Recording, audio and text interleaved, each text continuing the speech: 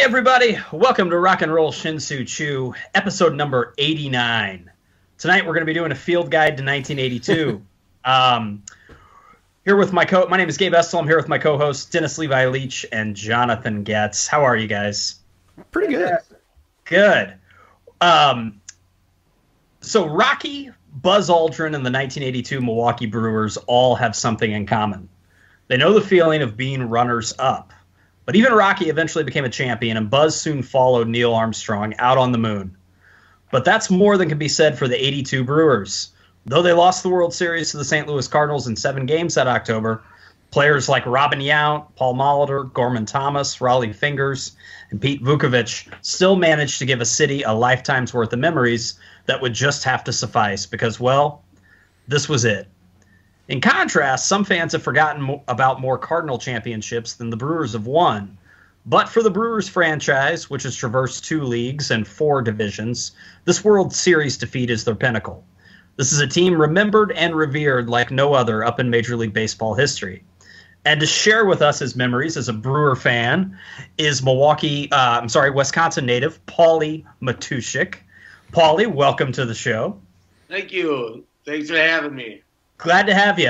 Paulie is also the lead guitarist in the Peoples Brothers Band. People Brothers Band, excuse me, which just released a new record, Love Electric, now available on CD and iTunes. You can find Paulie on Facebook. Check them out. Also, check out the band at peoplebrothers.com to find tour dates and more. And Paulie, we're glad to have you here. Thanks so much for hanging out and talking baseball and music with us. Awesome. Well, thank you. I'm honored. Yeah, good deal. Good deal. You're a Brewers fan, and we'll talk about 1982. There's also, I think, seems like right now, I would say entering the 2018 season, I think the Brewers are the hot pick, man. I mean, it's the spotlight's on you guys right now. I mean, everybody's talking up the Brew Crew. Yeah, I mean the Yelich trade. I'm pretty excited about that, maybe more than anything coming in here. Sure. Yeah, no, he's a game changer, man. That could be one of the most beneficial off-season trades, I think. Yeah, he's an immediate difference maker. He seems like a Brewer, too. Yeah, they're stacked in that outfield. Maybe a few more moves to come up, but yeah, it's some bubbling excitement I haven't felt for a few years. Yeah. It seems legitimate, but we'll see. Yeah, absolutely. I mean, as a Cubs fan, I'm worried. You know what I mean? Like, it's not going to be easy games against the Brewers or anything. And we'll see. Still, Schwarber down like 40 pounds. Yeah, I don't. You know, that scares me. The talk is that they're still shopping him to everybody. Really? You know? Yeah, I mean, the talk in Chicago is that, like, he's got the legend of the Schwarber thing going for him, but, like, his production wasn't there last year. So they're like, a lot of people are like, trade him while you can. And so, I didn't know, like, the talk was still out there. I thought that just kind of died down and they were just going to let him ride it out this year. I wonder what they'd want. He's their biggest trade piece. Well, sure. Yeah, I wonder what they'd want though. Like, what are the gaps? I would say some awesome pitching of some kind, either a starter and a reliever, or a few relievers, or. Do you need another starter? Nah, I don't know about that. Who'd we just get? I forget. We just signed. Well, you just signed Darvish. I mean, yeah, we just signed Darvish. So, but I don't know. The offense has to come around, or we're not going to be good at all.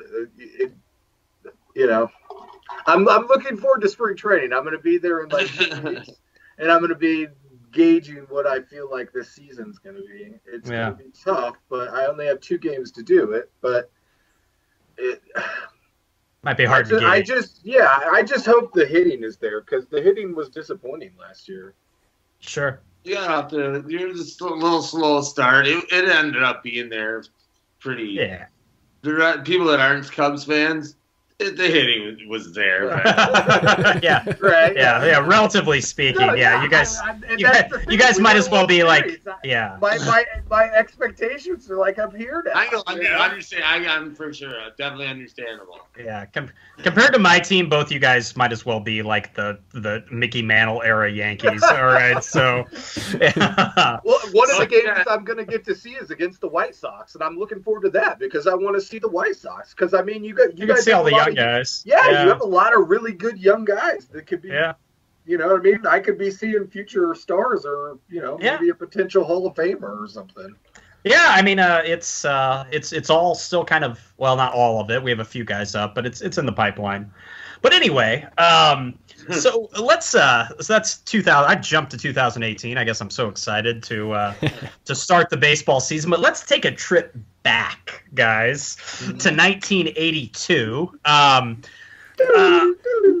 Paulie, can you share with us some of your fondest memories of the 1982 season? And maybe even, I talked a little bit about this in the introduction, but sort of kind of the lingering feelings that that persisted among Brewers fans after 1982 as well. Sure. Well, the first thing I can share about you is that 82 is the first year I really started to understand sports as a kid. And my first thing with that was the Packers, and I didn't really get the NFL strike going on and this and that, but the Packers were good then. And then that brings me back into the Brewers thing, and it wasn't until after the World Series was over that I realized that the Brewers were a Wisconsin team, and that it was really was my team, because everyone just the Brewers are really good, and everyone watched them. But for some reason, I don't know if I didn't get that Milwaukee or something yet. I think I was when that went down was, I guess, 7. I should have known 6, 7. I should have known that. But looking back, it was as a little kid, I guess sports just finally got on my radar at that level. Mm-hmm. So it really wasn't. It was more. Hey, kitty. More in 83 when I started to really grasp 82. And that came into focus with I was given a white batting helmet with the Brewers ball and glove logo, and it said 82 AL champions on it. But it was a plastic batting helmet. Mm-hmm. So that's sweet. Yeah, and then that's my team. That's my team. Yeah. Nice. So, the run up to get there, they played the Angels, right? Yep. I think in the playoffs. Sure. Yeah, and then going to the series. Then also let's talk a little bit about the World Series MVP was Vukovich, right? I believe, or was it Yount? I'm sorry. Sorry, the ALCS. Yeah, ALCS is. That might be Yount. Okay. All right. So and then Vukovich won the Cy Young Award that year. Ah, right. Okay. And then Yount won the AL MVP award, correct? MVP, right. Okay. And Vukovich won. Did he win the MVP the year before? It says the 82 ALCS MVP was Fred Lynn. Oh, from Baltimore. Oh, okay. No, from Anaheim. California. Oh, from Anaheim. Okay, Fred Lynn was played in California. He was on Angels then. So it was 83 when Fingers won the Cy and the MVP. So that would have been 81. That would have been 81. 81. Thank you. Because the Brewers were horrible in 83.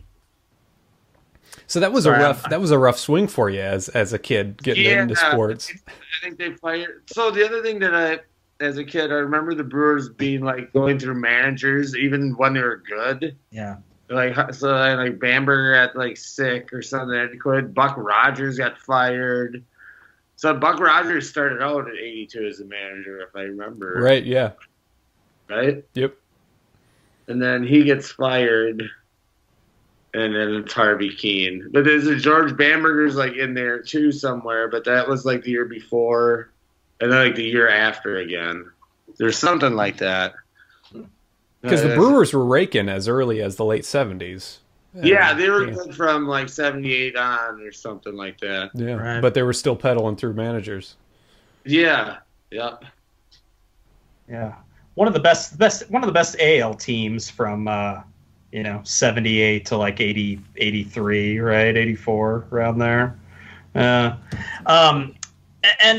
also it's beer towns as well. That just occurred to me that was dubbed, the Suds series, right? The Suds series, yeah. I just was like, oh yeah, those are the two largest beer towns. Yeah. Well, now you guys are we're all in the same division, right? Yeah. It's crazy. Yeah. Oh yeah, they are. Crazy how that works. As far as 82 and then like Brewers playoff appearances after 82, what, 89 did they, or Yount got the MVP again in 89, right? They had a pretty good squad then. No, not 89, 1990. Okay. Or not, no, 92. I'm sorry, 92 when with Phil, the manager. Anyways, 82 and 89. 82 and 89. Okay. All right. Oh, the MVPs. Yeah, I'm trying to think. They almost went to the playoffs. Yeah. Well, one cruel irony for the Brewers is that they lost the NLCS, the 2011 NLCS, to the Cardinals. Yeah. Bastards. Oh yeah, I forgot they were that close. That was like when they would have had, like, Fielder would have still been playing for him, I think, right? Yeah. Niger Morgan was on the team. Yeah, as a Cubs fan, I share your hatred for the Cardinals. And it was such a contrast of styles in the 82 series, because the Brewers were these mashers and they won the first game like 10-0, and then the Cardinals are just these speed demons, moving guys around the bases. And of course, Busch Stadium at the time was 99% AstroTurf. Right. Mm-hmm. Isn't that what the McGee's coming out party are? Kind of. Yeah, McGee had some big games that year in the series. Yount is a cool fact about Yount is he's the last player to hit a home run when he was 18. No kidding. Wow. Yeah, Bryce Jones and Andrew Harper are the last two that have done it, but they were both 19. Wow. Okay. Damn. Yeah. Man, he was so young. So Yount moved from shortstop to the outfield. When was that move? Like 85. I think it had to do with his knees. Yeah. Right. Yeah. 85, 86, 85. There's a there's a YouTube video of Yount. He caught the last out of Juan Nieves no-hitter in 87. Yeah, I was watching that. I watched that whole game as a kid. I had a TV on the desk in my bedroom. I watched that. It was a fascinating game. I think you're wrong, but I think Dale Swaim homered in that one for one of the 7 runs. Maybe Glenn Braggs. Nice. But Yount made a diving catch to end it. Yeah, like storybook catch kind of. But he's since claimed that he didn't really need to dive, that he just wanted to make it look dramatic. Yeah. Yount seems like a fun guy. Like he gives good interviews and yeah. He's kind of comes across to me as like Chuck Norris's lethargic kind of stoner brother. He does have Chuck Norris-like features, doesn't he? Yeah. Chuck Norris's brother that like surfs and smokes doobies. I get it. He always had a good curly mullet as well, Yeah. I saw a few years ago. I believe it was the Major League Baseball Network was replaying like old games like that. I remember watching like a 1981 or maybe it was a game against the Angels that was at County Stadium, and every single pitcher, there's Brewer relievers I didn't know who they were. Every single one of them had they all look like the porn guy, the bushy hair. Yeah. They looked like they were looked like big time party was going on. Right. I was like, wow, that's looked like an advertisement for Brute aftershave. Yeah, I mean, you look at the footage of Vukovich. Is it Vukovich or Vukovich? Vukovich. And he looks like Seth Rogen from Pineapple Express or something. Up on the mound, he was such an odd presence on the mound. Usually a guy like that, he looks like a catcher. Physically, he looks like a catcher. And he's just up there slinging. Right. He's got my favorite line in Major League when he comes to his at bat and asks him, "How's your wife and my kids?" Oh, okay. Behringer that at the plate. That was him. Yeah, Vukovich was the Yankees home run. He was the yeah. Nice. Just talent just wafting off of him. Palpable through the big screen.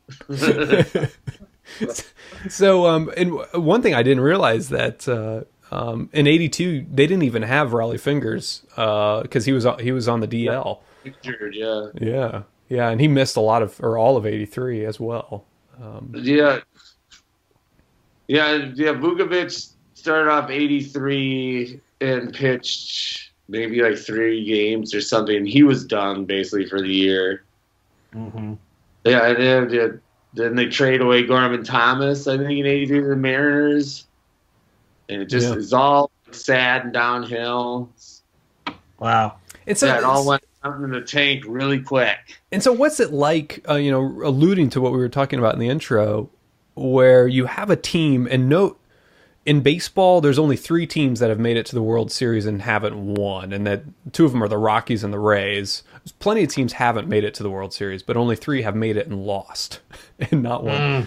Rockies, Rays, and the Brewers. And the Brewers, of course, have gone now 36 years, plus when they started. Right. So what's that like to, forever be honoring this team that ultimately finished second and just kind of working with what you got? It's been something I kind of grew up being used to that feeling. Like, for example, is it '89 when Wrigley hosted the night All-Star game? Might have been 90. It's either 89 or 90. Yeah, you're right.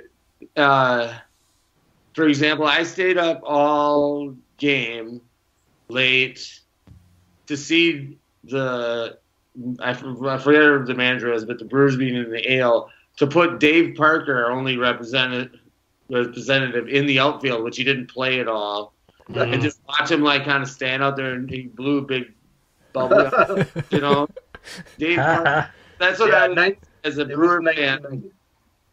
They signed Dave Parker, Franklin Stubbs, and I'd have to be a really big Franklin Stubbs fan all of a sudden. How many Stubbs jerseys? Maldonado all of a sudden. Wow. Pay attention to for a season. That's kind of something right there. Hey, I always thought Teddy Higuera was a pretty good player of that era, awesome. Right? Was he wasn't playing yet in '82, was he? Or was he? No. Okay. He had a Diamond King around then, didn't he? I didn't know if he had started in the league yet. Higuera's Diamond King wasn't 85. 87. Yeah. 87 was the Higuera. 20 and 11. What's your ball there? That is a Teddy Higuera autograph. This is a foul ball got at County Stadium in 88 during batting practice. I claim it was hit by Rob Deere, but I think that's just wishful thinking. But Teddy Higuera was starting that day, and he was running laps along the outfield, and he signed that for us. I'm looking at the whole Brewers roster, and there's some guys I didn't know. I didn't know Kevin Bass. That was his rookie year. Yeah. In '82. Some other guys here. Well, I guess Sutton. They traded. Sutton. didn't you? What was that trade? Well, they got Don Sutton in '82. Yeah. Let's see here, because he helped get him into the playoffs, but he ultimately lost the game 6 of the World Series where the Brewers could have clinched. He lost to a dude who had he lost to a rookie, I think, essentially. Okay. Because I'm thinking like Don Sutton. I always think of the 60s and 70s, so he would have been well into his career in 1982. He's 37. Oh yeah, he had the silver curls. Right. Yeah. Right. Yeah. It was his Silver Fox years. Another guy from that '82 series that I have to admit I don't know much about, just because a little bit of a generational thing, and I didn't start following baseball really until about '86 or so closely. Ted Simmons. Yeah, Ted Simmons came from the Cardinals. Yeah, right. I know he would have been facing his former team, because the bulk of his career was spent in St. Louis, and then about 5 or 6 years in Milwaukee. That guy had a really good career. Like I'm just looking at the numbers here, and I didn't know he was that good. 285 lifetime hitter, like 7-8 time All-Star. Yeah. That trade was huge. The Brewers traded Sixto Lizcano and a few minor leaguers to the Cardinals for Raleigh Fingers, Pete Vukovich, and Ted Simmons. Wow. It was a major trade. That's a game changer, man. Yeah. So the Brewers came out all right on that one. Yeah. He comes in the year before from Milwaukee, and he was, and then in '82 he was shit. He hit 83 was a good year. He hit 308, but yeah, good career. I have to admit I didn't know a ton about Ted Simmons prior to looking that up. I'd heard the name, but I just didn't know. So Yount has stuck around. Have any of the other players, do they make regular appearances at the games? Well, I know Jimmy Gantner has been in and out of the organization. I think he might still be in some front office maybe thing, but maybe coaching some affiliate Class A team, something. Sure. Of course, Molitor's with the Twins. Yeah, Molitor's with the Twins. At this point, they're kind of running out, of tributes. The next '82 World Series tribute night will be the Bat Boy bobblehead giveaway. Right. This is the 1982 Bat Boy. Maybe Billy Joe Robideau might have been somewhere on that roster. Next to Sixto Lizcano, one of the best names in baseball. Yeah. Oh yeah. Great name. Great baseball name. Actually, who was the backup catcher on the '82 Brewers was Ned Yost, Royals manager. Yeah. Wow, yeah. There you go. Well, yeah, and he managed the Brewers for a while too. Correct. Yeah. Shoot, he had the didn't Ned Yost have the Brewers in first place and he was fired? Yeah. Yeah. That's the whole state felt the same thing. They were going straight in the tank, and they were really nervous and stressed. Yeah, Ned can do that to you. Yeah. Fun fact, Ned's only 27 years old.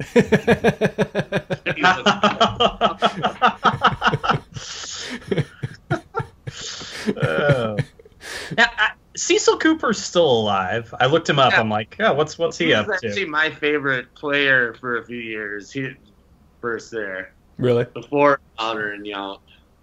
I latched on to Cecil Cooper right away. So Cooper and Ogilvy, they were mashers even, right? Yeah. That year, Cooper hit 331 with 33 home runs, I think. Mm-hmm. Right. Yeah. He hit 40 or 38 or something. Thomas is 36. Yeah. Oh, listen to this, man. Top 20 MVP voting that year, 5 Brewers. Jeez. Wow. Yep. It's pretty crazy. Yount, Cooper, Gorman Thomas, Molitor, Fingers, Vukovich. Yeah.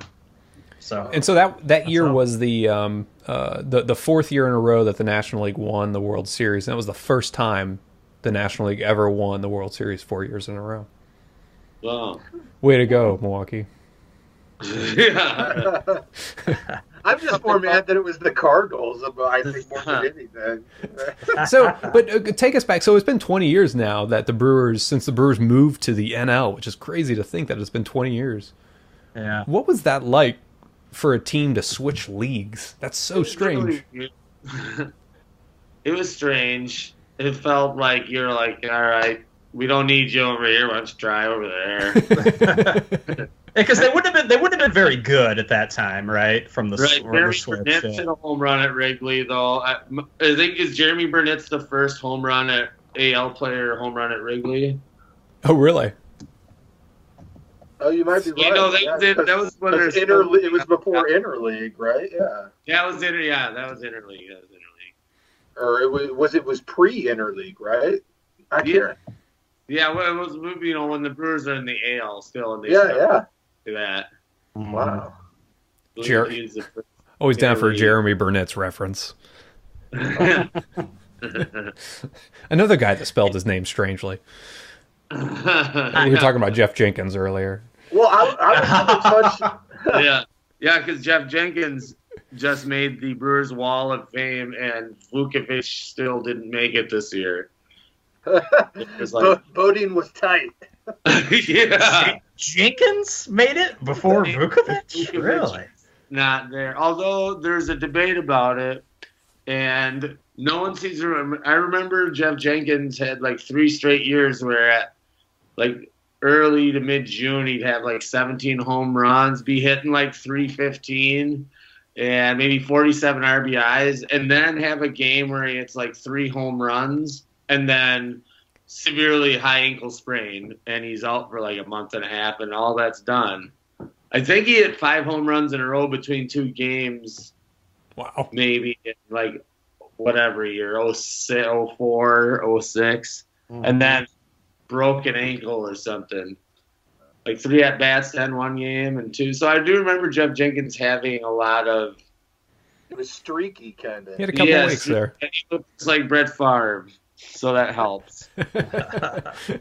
I was mentioning Cecil Cooper a minute ago. I'm looking at his side-by-side stats with another guy that I wasn't sure if he was on the 99 Brewers when they switched. He wasn't. But do you guys know Greg Vaughn had more home runs in his career than Cecil Cooper? Oh, whoa. Yeah. Well, Vaughn probably was a little more longevity as a power hitter because Cooper kind of was spotty, I think. Yeah. Yeah. And I think of Cecil Cooper as being a bigger name than Greg Vaughn, just not looking at the stats or anything. I think of him as a little bit more of a storied player. But I'm looking here at Vaughn's numbers, and he played a lot longer than I thought he did. And had a couple of years there, not on the Brewers when he was with the Padres. Yeah. When he got like 2 4th place. He finished in the MVP top 5 a couple of years in a row. Which I was like, huh? Yeah. I mean, I knew the dude could mash there for a couple of years. I remember him, hitting some home runs, but I didn't know, he had 41 home runs in 1996. What? Anyway. Damn.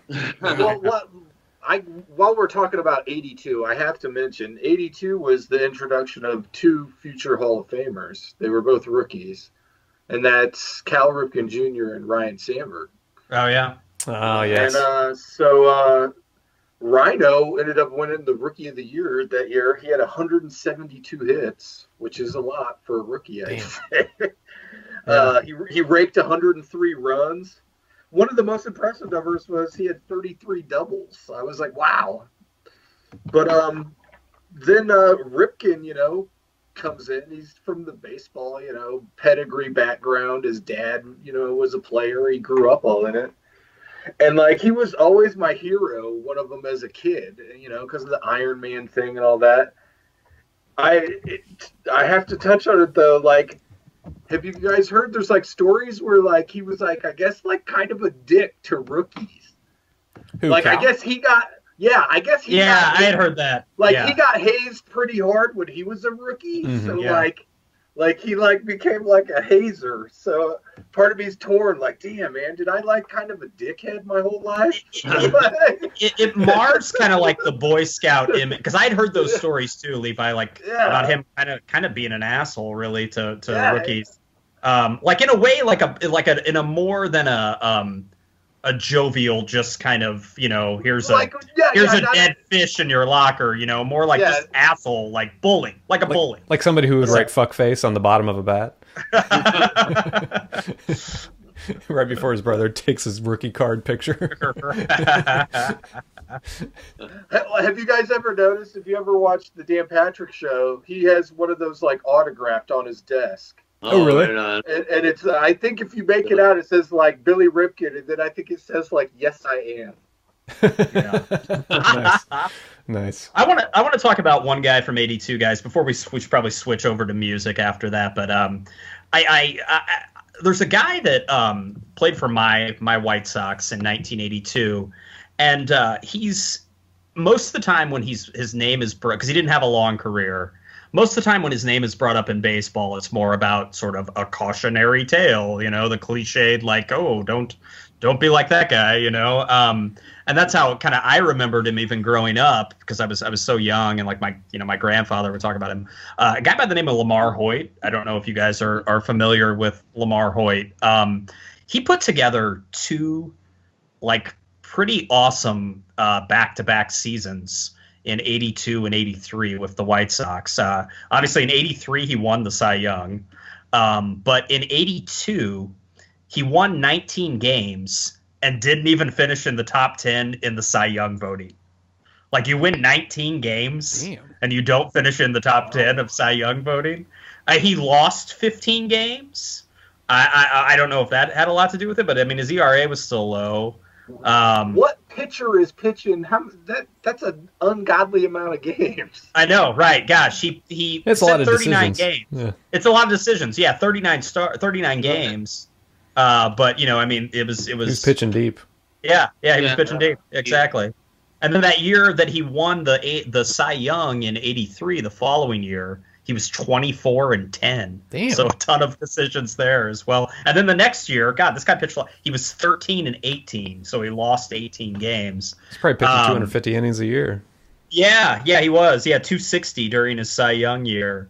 But 82 for that was the start of. Unfortunately, it didn't pan out. But like what I think a lot of White Sox fans thought was going to be essentially one of the best pitchers we'd ever have. Sure. And it's well documented. History of substance abuse, and he got arrested like twice within a month. Yeah. He was always like kind of basically before Dwight Gooden took over those headlines. He was kind of the cautionary tale. He's now immortalized forever with a line in his Wikipedia that says, Hoyt missed a start in July of 1986 after accidentally burning his back hair while attempting to light his flatulence. Hey, we all got to be remembered for something, right? You live and die with those choices. That's what I'm saying. Yeah. Mahler went on the DL a lot with, like, what they would say, pull muscle, getting the mail, when everyone knows he was up partying for like 5 days. Jeez. Hoyt, there's with Hoyt. I didn't get to read it, but I saw there's Vice did a piece on him. Vice, the website. So I'll have to check that out. But yeah, for me, like that was for the White Sox. We had obviously a great team in '83, but '82 was. Sort of one of those, the start of what might have been, one of those things with Lamar Hoyt. So, sounds like there were a lot of partiers in the league in the 80s. Yeah, right. Definitely. Well, now in 1982, we'll kind of shift gears here to music in 1982. I think a pretty good year for music overall. I think the 80s sound that maybe marred a little bit of that decade hadn't really come necessarily fully into vogue yet. No. So you had some stuff that it still sounded like the 70s a little bit. You know what I mean? Like it hadn't really made that shift yet. Phil Collins and the drum machine hadn't really totally taken over yet. But I guess we could talk about some of our favorite records from '82, and just kind of some of the highlights of it. For me, if I could start with just it's Number of the Beast came out in 1982, and Iron Maiden. Iron Maiden. Bruce Dickinson's first record with them, and to me that marks basically the beginning of heavy metal entering mainstream popular music. It, like the very beginning of it, because Iron Maiden was part of that. They dubbed the new wave of British heavy metal, which started in the late 70s with like Motorhead and Maiden, even, with Killers, and Judas Priest, and even sort of when it went more mainstream with like, sort of more hard rock bands like Def Leppard and all of that. But Maiden really, I think in 1982, that record to me sort of started, like it basically put heavy metal had been, bands had made heavy metal for 10 years before that with Sabbath and some other bands, but that to me that's like when heavy metal really became part of the kind of like the pop music vocabulary. Well, yeah, it's such a great record. It's awesome. It's really well produced, and what's so funny now is going back and listening to that record. Like I cranked that album all the time when driving around as I was 16 or whatever. What's so funny is those songs are so timid sounding today. Sure. And back when it was new, it was like, oh my God, this is the devil. Yeah, right. It was like people thought Iron Maiden was like the second coming of Satan. Yeah, and it's so funny to look back because I listened to that record as preparing for the episode, and it's just so funny how far it's come. Yeah. Mm-hmm. But yeah, that and the artwork, they always had great artwork on their records. Oh yeah, Eddie. Yeah. If you want to look at kind of how music was sort of harder rock was shifting, look at the lineup for the Reading Rock Festival from '82. It's a big British music festival. Okay. It's like Maiden, Michael Schneckner Group, Y&T, Gary Moore. It's killer. It's a killer lineup. But yeah, that's that festival. The lineup I think would have looked a lot different if it was like just like a year earlier. Maiden really like broke through. Yeah, no, that's a great record. One of the ones I was going to mention is a record that it was Led Zeppelin's last record, and that's Coda. And it's a release, that was kind of compiled of lots of different outtakes. Posthumous release, yeah. Yeah, and some of the outtakes I think go up to like 78 or 9 or 80 even. And one of my favorite Zeppelin songs is on there, Wearin' and Tearin'. And a lot of people bag on that record, but I don't, it's tough to, Led Zeppelin's Led Zeppelin. So there's got a band like that, or like a band like the Beatles or the Who, there's got to be a worst record in their catalog when you release so many records, Right. But it's a compilation record too, So I think you have to view it through a different lens than their other records. Yeah, I've always had a spot for that record. I never thought it was bad as a lot of people thought it was. Yeah, absolutely not.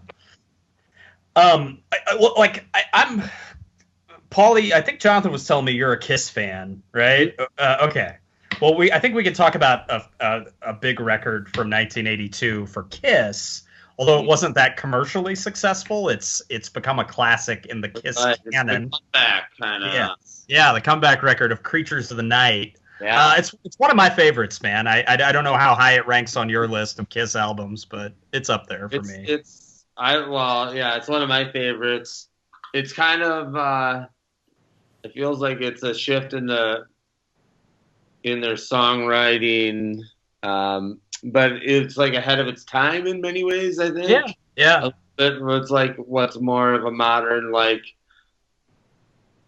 I don't know, modern, almost kind of jamish. Like it reminds me of Humphreys McGee kind of stuff going on in there to me. Okay. But like from the opening tracks, Creatures of the Night, that song just has like 6 different parts that happen. Yeah, right. Multiple parts. Yeah, it's great drums. I mean, I think they really sound ever. Huge drum sound on that record with Eric Carr. Yeah. that was like his moment to shine. You know, I mean, he had been in the band a couple of years, but you know, they hadn't really. You know, his first record with Kiss was The Elder, right. which that album too. I do too. Yeah, I have a definite soft spot for The Elder. Yeah. We've dedicated segments to that before. Yeah, we've talked about The Elder, and like Jonathan and Levi like know a lot about The Elder, even if they don't want to because of my discussions about it. But 82, you know, with Creatures of the Night, some people like Kiss. A lot of Kiss fans, you know this, but some other folks might not. Ace Frehley's on the cover of the record, but he didn't play on the record. Right. Yeah, it's Vinnie Vincent, and a few other people too. Robin Ford played on it as well. Oh, right on. Yeah, it was kind of like they didn't like Vinnie like hadn't from what I recall, like he hadn't been named like the full-time replacement yet. So they were just kind of like Ace wasn't into it anymore. So they were just he was contractually there, but like they were just kind of trying out other people, trying to just figure it out for the record. So. He's like in the sound booth, just like doing coke or whatever. He's like, I just played the guitar, guys. That's probably not far from the truth. Yeah. He's got a car accident. Yeah. That came out. And there's stuff like that. Yeah.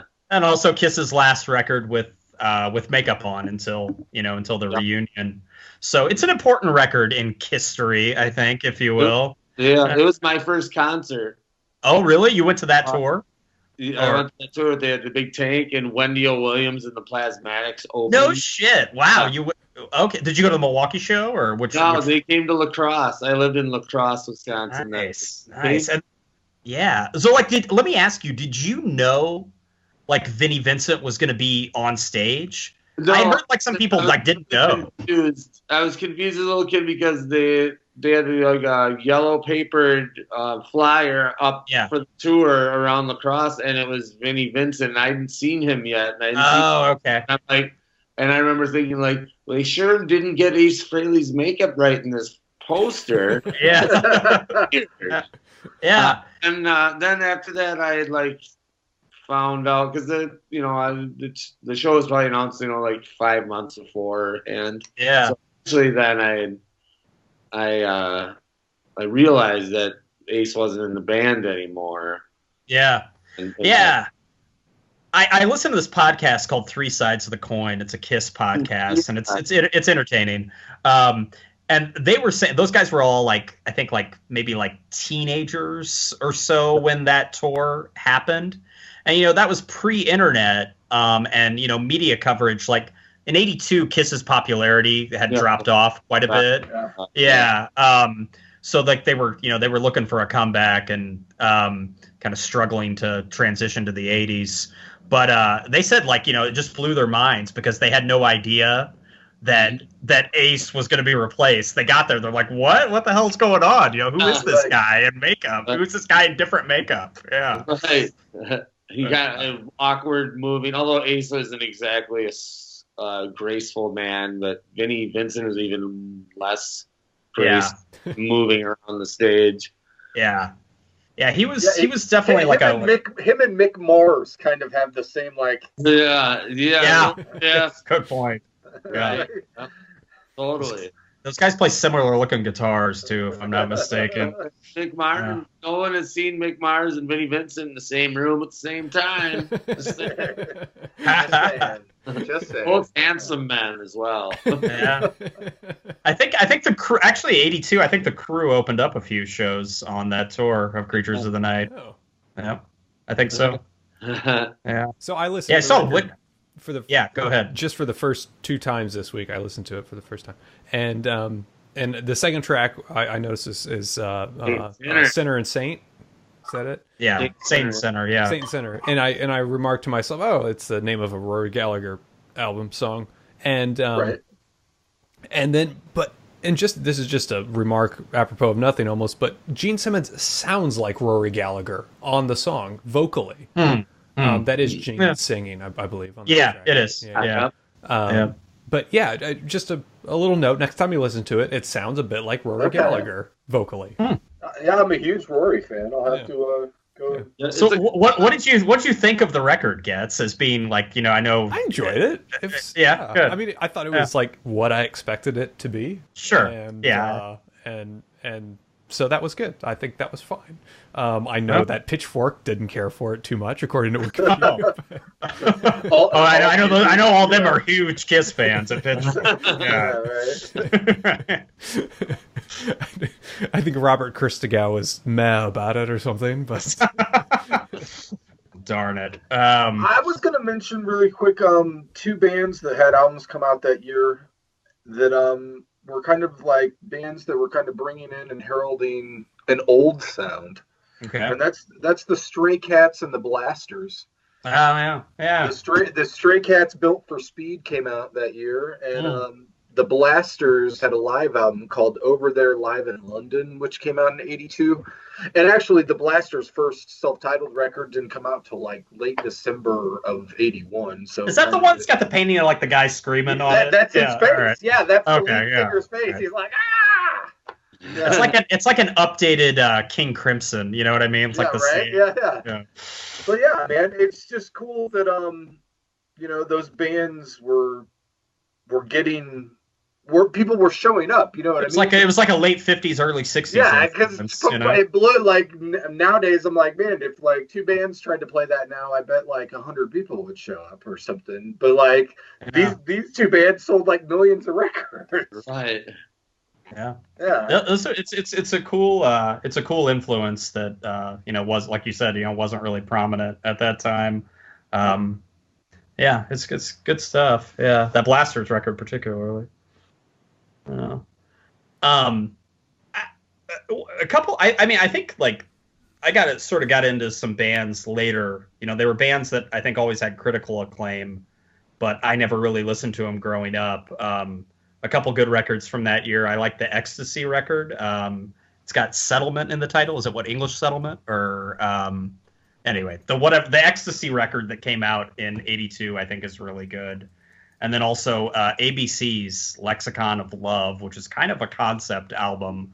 I think those are both pretty dense works. Those are 2 of my favorites also from that year. Gabe, you suggested Van Morrison's Beautiful Vision. Yeah. And that was I really enjoyed that. And it was what was the track on there? Was it Cleaning Windows, I think? Yeah, Cleaning Windows is a good tune. And that's the one with, it turns out Mark Knopfler plays guitar in it. So, but I'm listening to it, I'm like, man, this really has like a Grateful Dead vibe to it, this song. But no, Mark Knopfler plays guitar, so it's definitely not Mark Knopfler, but it turns out it's Rob Wasserman on bass. Okay. So I was not wrong in thinking that for some reason.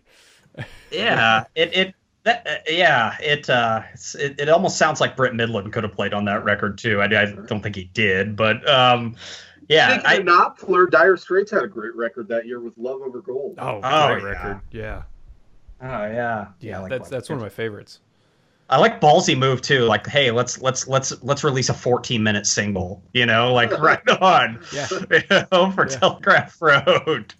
Yeah, it's a very moody record too. Yeah, for sure. It sets a tone. Yeah, I mean, it's got that one song that's kind of polka-y in the middle. Well, I forgot what it's called. You know what I'm talking about? It's like the third track. But the rest of it, Industrial Disease. Very. Yeah, Industrial Disease. The rest of it though is like very moody. It's like a total contrast to the record that would Brother in Arms come out right after that, or did they have anything in between? Anyway, no, they had an EP come out in '83, and then may have been. No, well, hold on, I can't find it right now. I mean, that to me, like those 2 records are just they're such just a different vibe and tone. I mean, obviously one much more commercially successful than the other, but it's almost like the Nebraska. Yeah, go ahead. I'm sorry. I was gonna say after Love Over Gold was Alchemy, which was a live album, and then Brothers in Arms was after it. Oh, okay. 85. All right. So yeah, I mean, it was a few years. Yeah, no studio albums between the 2, but it's almost kind of reminds me of like. Nebraska being such a moody record from '82, right. And then after Nebraska, right, you've got Born in the USA 3 years later, right? Well, honestly, it comes off almost as like the record companies being like, "Yeah, the last two didn't sell. Could we get some stuff? Could we get some stuff to play on the radio, guys?" And Dire Straits and Bruce Springsteen came back with 2 of their biggest records. Yeah. Producer's like, "Okay, guys, we're gonna have some really bad computer animation in the video. The song needs to be about microwaves. Go." If you could work in refrigerators, we'll get extra money from Maytag. Sting, get it here and save it at the end. You better bring Sting in at the end. It's the only thing that's going to save this record. Yeah. So an album again to be late to the party for me that I really enjoyed listening to several times over the last 2 weeks was Michael Jackson's Thriller. Yeah, great. I had never really sat down and listened to it. That one doesn't ring a bell, Gets. Yeah, right. Anyway. Honestly, I bet if you told a lot of people that album was from 1982, a lot of people would probably think it's maybe like 83, 84, even 85. You know what I mean? He wrote that record for damn near most of the decade. Yeah. Yeah. Right. And he toured on it for 3 years, essentially, I think, as well. I think that the album Bad and all the hits from that, those are like a combined album. I was surprised talking about Thriller with people, how they really had no idea what songs are on it except for Thriller. Right. They got that and Bad all mixed up. Sure. Yeah. It's the number one selling album, but I don't think people know a lot about it. No, that's a good point. Right. To beyond the singles. Yeah. Like you said, McCartney's on there twice. Yeah. Oh, he's on The Girl Is Mine, right? Yeah. Say. Oh, yeah. That's not on there, is it? That's not on Thriller? I think Say is I think McCartney Say is a McCartney single, isn't it? Shit. Oh, I don't know. I just assumed. Yeah, it was on Pipes of Peace. Ah. Oh, okay. See, I'm one of those people. You've been talking to those people too long, Paulie. Yeah. So, but dude, it starts off with "Wanna Be Starting Something," which is just like one of the most. Yeah, dude, that song is so well produced. As someone who's into I consider myself an audiophile, and one of the best things I ever did was I found one of the real first pressings from the first masters of that record, and dude, that song sounds amazing. Yeah. If you have a good system, and dude. That's like the start of the whole thing. Listen to it on headphones even, and you hear the Funky Vegetables in both the ears just coming out of nowhere. Yeah. You're a vegetable. Yeah. Vegetable. I like it too, man. It's kind of a longer tune too. It's like a 6-minute single, It's just like he was writing his own rules, man. I mean, it's. Yeah. And plus, just listen to the bass line in Billie Jean too. It's just kind of off the chain. Oh yeah, dude. Yeah. One of the cool things is I have the 12-inch record, and I think I mentioned this before maybe to you guys one time, but that song I had always noticed on that Thriller vinyl that if you look at it, you can see a pattern, and what it is it's the bass. The bass in that song is so heavy that when it's mastered, it creates like a pattern on the disc. And I found the 12-inch single of Billie Jean, so it's essentially the one song on one side. Exploded, so it's got that much room to do the song, so you can really see the pattern of the bass in it. Awesome. And when you're playing it, it spins and it looks like a pinwheel going around. It moves. Whoa. Yeah, it's that song it was one of the songs I think that gave masters and engineers the biggest fits when they first mastered it. Wow, just trying to fit it on there. The bass is so heavy on that song. Wow. But close to the end of the album, probably my favorite song on there is Human Nature. Great tune for that tune. Yeah, dude. And a lot of people, that song, if you took away the words to that song, you know what it sounds like? Toto, because it was Toto. Yeah, Steve Lukather's on it, dude. Steve Porcaro and Steve Porcaro, Steve Lukather, most of the guys in Toto were the backing band on a lot of Thriller. Whoa. Yep. He had there's like 900 people play on that album. Yeah. Like, well, obviously, the guitar's one of the most famous guitar solos of the 80s, with Eddie. He did, Yeah. I think Knopfler's on there at some point, too. He was a busy dude. Well, we can't finish 82 without, we got to mention 1999, Prince. Yeah, right. Dude, that album was also like the Prince with 99 and Thriller MJ. It was just like we had it pretty good at 82. We didn't do it. Oh, for pop, it's perfect pop music. You know what I mean? Because it's poppy, but it's like musically it's really dense too. There's production wise, there's a lot going on. It's for I guess what you can, when I think of the word pop music, that's the cream of the crop right there. Oh yeah, good stuff. Another one we got to mention is Duran Duran, Rio. That was Rio came out in 82. Rio came out in 82. Man, that album was great. I thought that would have been maybe a year or two later. Huh. Okay. Yeah. Oh yeah. Great. Yeah. Golden era of pop.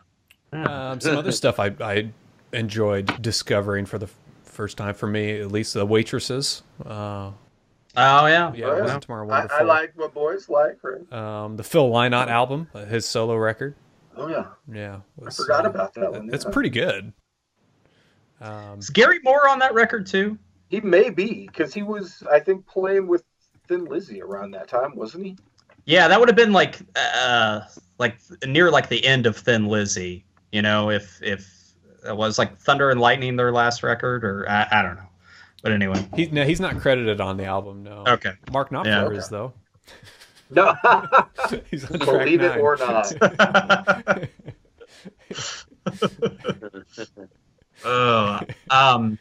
Yeah, I had listened to, for the first time, I listened to it on the way home. And the kids didn't seem to mind it. I don't know. They didn't say turn this off. Barrett didn't or anything. I listened to Robert Plant's solo record today on the ride home. I think it's called Pictures at 11. Okay. I think something like that. It's better than I thought it would be. Right on. It's better than expected. Yeah. So, Gabe, I also listened to Cat People, one that you had recommended a while ago.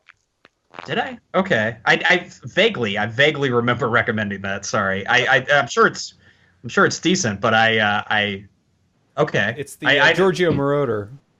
Oh, okay. All right. Yeah. That is a really good record from that year. Yeah. Paulie, did you have any you wanted to share? As well as Brian, like I was going through stuff that a lot was 81 and 83. I get here Down Unders from by Men at Work's 82. It is a good record. It's a great record. New World Man by Rush. That's also a good one. I don't know. My vivid thing was that Kiss album was like my introduction into loving music. So that's definitely a big 82 thing for me. Nice, yeah. Did you have it on vinyl? Artwork on that cover too, man. Yeah, the blue. Yeah. I have the picture disc of it. Oh, nice. And the reason I have to ask is because, not that you would have had a CD player in 1982, but the CDs were started to be produced in 1982. Oh yeah, they were hella expensive too. Yeah, right. It was like, what was a CD player then? Like $1,000? $800. Yeah, 8 to 1,000. Monopoly games were like $1,000 then. That's why Tough Fire would become his technology. Now I can play it free on my phone. Yeah, boom! Take that, Parker Brothers. We showed those guys, them and Milton Bradley. Bastards. Way to tie it back into baseball, Milton Bradley. Yeah, right. There's a troubled soul. Jesus. Go figure. Yeah. Milton Bradley was such an asshole. The apple exceeded the talent. He was kind of good, but yeah. No, yeah. I mean, he had flashes. He had flashes. Yeah. I think when he was with like Oakland, was that like his best time, or Cleveland maybe? Right, Oakland, yeah. Oakland probably, yeah. Well, cool, man. 1982. Yeah. We'll put some. I got some playlists. I got one more too. I was talking about Robert Plant's solo record from that year, Better Than Expected. A great solo record from that year. I love The Night Fly by Donald Fagen. It sounds. I mean, when you hear him, you're like, oh, it's a Steely Dan record, and it's obviously it does sound like that, but I'm just kind of like a Fagen can do no wrong type of guy. Oh, no, I love the record. I think it's a great record. I think it's a very safe record. Yeah, I mean, I don't think he was going outside the box at all. It was, I think it was basically like, I have these songs for the next Steely Dan record. Oh, okay, we're not doing that. Let's release my record. Yeah, and I don't know. Steely Dan, I think wrote a lot that didn't go on records. I mean, like because they spent so many they spent a lot of time making Gaucho, which was just 2 years earlier. So yeah, it's possible that who knows, those might have been Steely Dan songs that he carried over. I'd have to look at a little more of the backstory of the record. But no, it is a really good record, and I like it's kind of a concept record. Yeah, it is. Yeah, absolutely. Yeah. It's I love the noirish cover with him on it as well. He's just such a smart dude, and he's always got lyrically, he's just a flipping weirdo, and I mean, if you listen to some Steely Dan lyrics, you're like, Cobalt cigarettes. Yeah, right.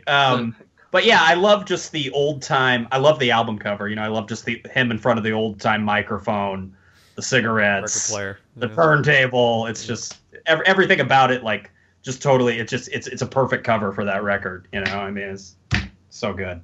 So it almost got like a Tom Waits look to the cover of it. Right. It could go for a Tom Waits record. Yeah. So yeah. So nice. I had to get Fagen in there at the end. Right. Yeah. 82 was fun, man. I thought of one last Creatures of the Night thing that I wanted to share is the producer of that album confused me as a kid as well. Oh, right. Yeah. Michael James Jackson. Michael James Jackson, I know, really? Right? Yeah. Yeah, I was like, oh, Michael Jackson produced this? No, the James. Good producer. He's the one that brought out the Eric Carr drum sound on that record. He picked it up as well afterwards, I think.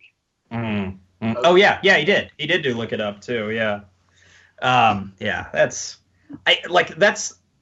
Creatures of the Night is my favorite record of 1982. It's it's not like the best record of 1982, but there's always a difference between best and favorite with me. You know what I mean? It's like I get it. Nebraska's saying a little more than Creatures of the Night. I get that. But I'll take. But Creatures is still my favorite. So, right. Yeah. Good deal. I'm with you. Yeah. Well, actually, Paulie, why don't you tell us a little bit before we go, man, about your project with the People's Band? Well, it's a fun endeavor. I feel very fortunate to be a part of. It happened after moving to Madison. There's an established band with a lot of blues and soul, R&B, state awards and stuff, even under the belt. And I joined the band, and that me being kind of a proggy jam band kind of fan, it's coming from a funky R&B sound to adding a little bit of rock, a little bit more rock and kind of jammy sound to it. And we're just released a new album. Like you said, Love Electric on iTunes, you can find it and whatnot. I even have a writing credit on the album, nice. Which is like a jammy funk song. But yeah, it's really fun. We got an 8-piece band with a few other extra guests on the album. Very cool. Yeah. Excellent. Well, yeah, I want to tell everybody at home, check it out at peoplebrothers.com. Also, yeah, check it out. Pick up the album on iTunes or the disc, and yeah, like them on Facebook as well. So, yeah, very good. Yeah, so wanted to remind everybody as well with our handles, you can find us on Twitter and Instagram at RockInChew. That's in as in the night fly. So yeah, you can find us on Twitter and Instagram at RockInChew. You can go to the website rockchew.com. You can find every single episode we've ever recorded, as well as just kind of some fun stuff that we've done on the shows with different links and things like that. So check that out at rockchew.com. You can like us on Facebook as well. And we'd like to thank Paulie Matushek for hanging out with us. Check out the People's Brothers Band, and go Brewers this year. You know, make old Levi a little anxious this year. All right, I already am. It's the negative Cub fan in me. Yeah, it'll be fun.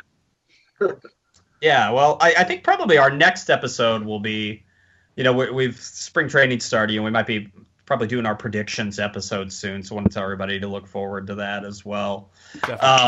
So yeah, we'll see where the Brewers fall into the scheme of things in 2018. So until next time, thanks for tuning in to episode number 89. Thanks again for Paulie Matushek for hanging out with us, and we'll see you next time. Peace. Mama say, mama sa, mama kusa.